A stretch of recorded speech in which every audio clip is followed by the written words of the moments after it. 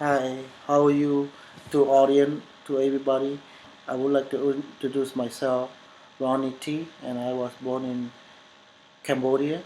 My dad's side have 12 brother and sister, and my mom's side had 8 sister and brother. My family had 5 altogether, 3 sister and 2 boys, yeah, including me. I was 9 years old at the time, and my dad was working for the military, belonged to the United States, and he was a captain, 2 silver bar. During the war, the Khmer take over the country. They've been shipped us near the border of Thailand, and they try to research for the people that work for the government, so they can take executed. So we try to hide identity to everybody in our family. So we bury all the picture that my dad used to have a picture. We dig the ground and we bury all those picture to keep identity. You know, instead they find out that he used to work for a government or for the United States.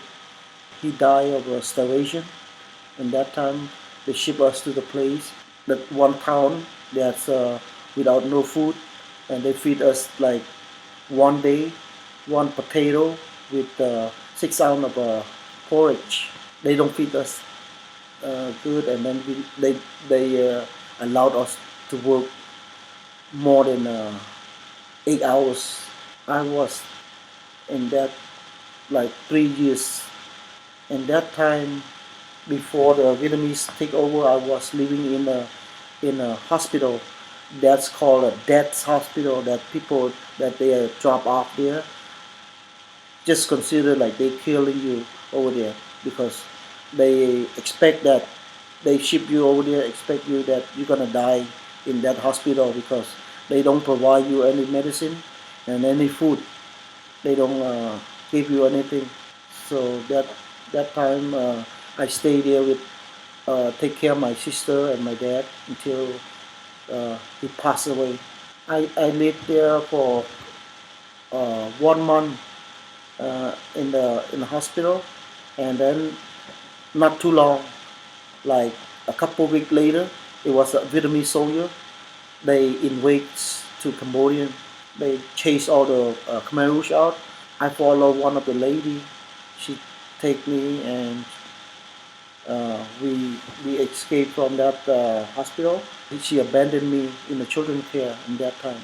Belonged to the Vietnamese soldier, which is the Saigon soldier. They have two party, two army. One is a Saigon, which is a freedom army. Another one was a communist. It was a Hanoi. Hanoi, we used to call, like United States used to call them Viet Cong. So they have two party, like two army.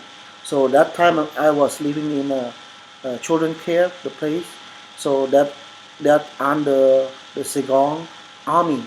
So they still give us some food, give us some place to stay. Uh, we stay there. I stay there like estimate about the longest 6 months there. After that, they switch. They take turn from Hanoi. The United States call them Viet Cong. The There's a communist army. They take over. A kid that's no family. They abandon them on the street. So I met one of the lady. She worked in a place, children care. So she tried to ask me if she can adopt me. Since that time, I was so suffering, and I don't know where to go. And I was young at the time. I agreed to come with her, and she adopted another girl. We decided to escape from Cambodia to Thailand to find a better life and better future, because we don't think that if we continue to live in Cambodia, we don't know our future gonna be, and how is the future gonna turn out. We have to run across the rice field to the jungle. The whole day we crossed the field to a minefield, but we lucky we didn't step on the mine. At night, I've been separate from my adopt mom, so I just follow the people to the jungle. We uh, try to hide to the place because Vietnamese people try to bomb us and try to fire the gun on us. So we escape to the Thailand, and then we go to the one camp they call rescue camp. This belong to the Cambodian people too, but that's called free army something. So we stay there, estimate about 6 months. Later on, it was a war again. There was fighting between Vietnamese and Khmer Rouge and Free Army soldier. So we have to escape. So that time, we heard that the Red Cross come to pick up the refugee. So we have opportunity to escape from that camp. So me and my adopt mom and my adopt sister, we get on a truck, and then they took us to a Thailand camp, which is the first camp they call Kaoedang. We stayed there the longest 8 months.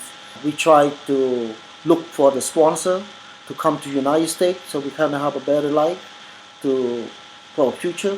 That time we was my adopt mom met one of her sister in the camp, got a sponsor to United States first. 6 months later, her sponsor us to United States. They ship us to Mairut, which is by the beach, to take a test so we can come to United States. So they have to interview us, and we have to wait for the sponsor to pick us up. They ship us to Lumpini, which is the airport place, for waiting for the plane. I stay there like 1 day or 2 days in a place waiting, and that time it was the place a lot of mosquito. We have to suffering, and no matter what, we have to hang on to it. So we flew to San Francisco, and the bus took us to the one building, which is the place that to keep all the refugees in there.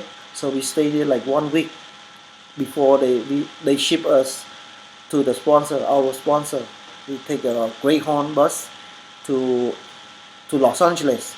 And that time it was a year 1981. I think America provide us like good future and fairness and freedom and equal. The scariest part that in Cambodia, that's the part that you witness the killing field. Every night you sleep and you fear that your turn, that they're gonna come and take you away. And mostly they take adult. And that time I was still young. I'm still like 13 years old at the time. Most of them they kill the adult people like 15 or older. They took them, they tied them up to the jungle, and they clubbed them to death. I witnessed one time it was a girl. Her I heard that her husband used to be a captain too at that time. She was so hungry. Because they don't provide us any food. One day she wanted to eat the meat so bad. So what happened was she saw one of the kid walking by near her house. She tried to fool her and take her to the house and then kill the kid and eat her. One of the family member looking for the kid, they didn't see it, and then somebody witnessed that they found out that before she died, she was talking to the lady, and that's how they find out in her house. They find out the skeleton. So what happened was the Khmer Rouge, they took her and tie her up, burn her head with the gasoline, and at night they take her to the jungle. And that time I witnessed with my dad. I think my dad go up on the tree. He look it up. They cut her open. 4 guys was holding her arm and leg, and then they stab her from in the chest and cut it up and took her liver and heart and take and eat it. I plan to go back there to help people out and I still missing one of my sister, unknown right now, and I'm still try to look for her. Hopefully someday I can go there, go back there and try to find out one of my missing sister, because she got my parents gave her away because the reason in Cambodia they consider like her level is higher than my parents. She's like she been cursed by the evil or something. If we don't give her away to somebody, she gonna die. Her life not gonna spare. Before I ended this show, I would like to say thank you to everyone and to the audience that have watched this show. Thank you very much. Hello, my name is Sandy. I'm from Cambodian. I have 4 sisters, 1 brother. One sister died at age 4. She's sick and no medication. It was not so great. I have nothing to play, no toy.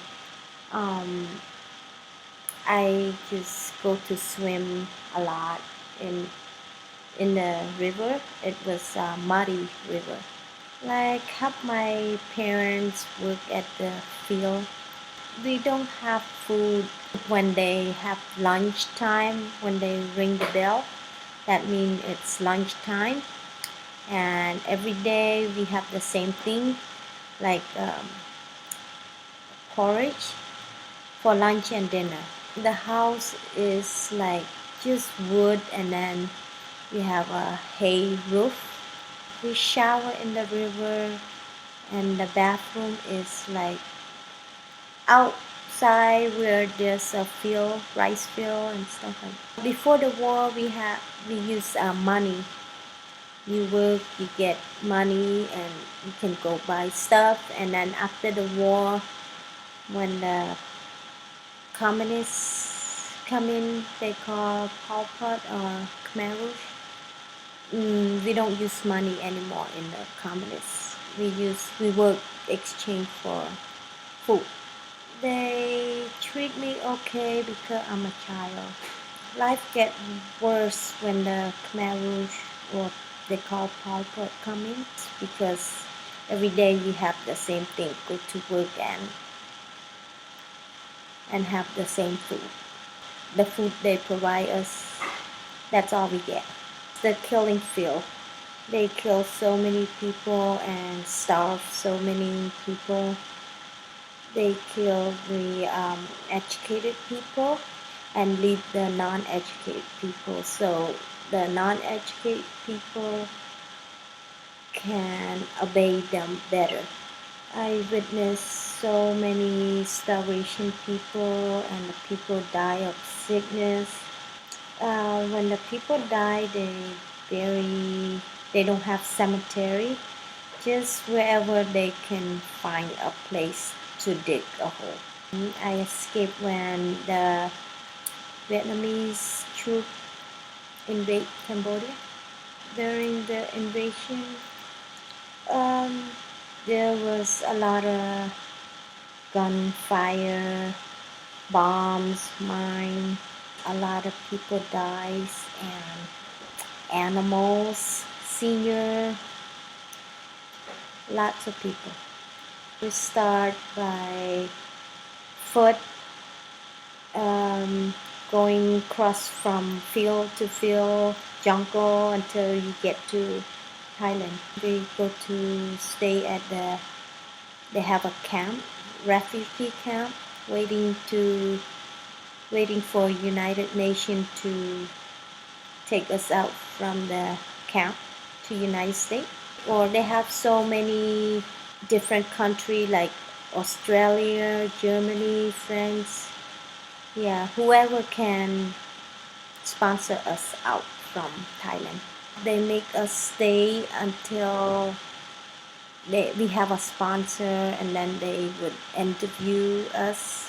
After that, we were shipped out to Indonesia refugee camp, and then from there we have to take a boat, like about 4 nights, 4 days. They provide us food, clothes, a place to stay.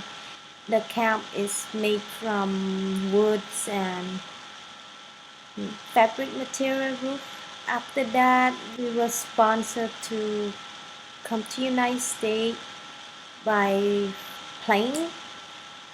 I first get to Sacramento, California, and then from there to North Carolina, and then we'll stay at Rhode Island for 4 years, and then during like about 1985 we're here in Fontana, California. Coming to America is a good choice.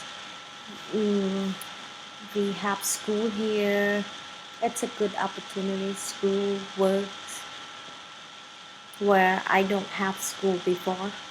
I don't want to go back. I would like to go to visit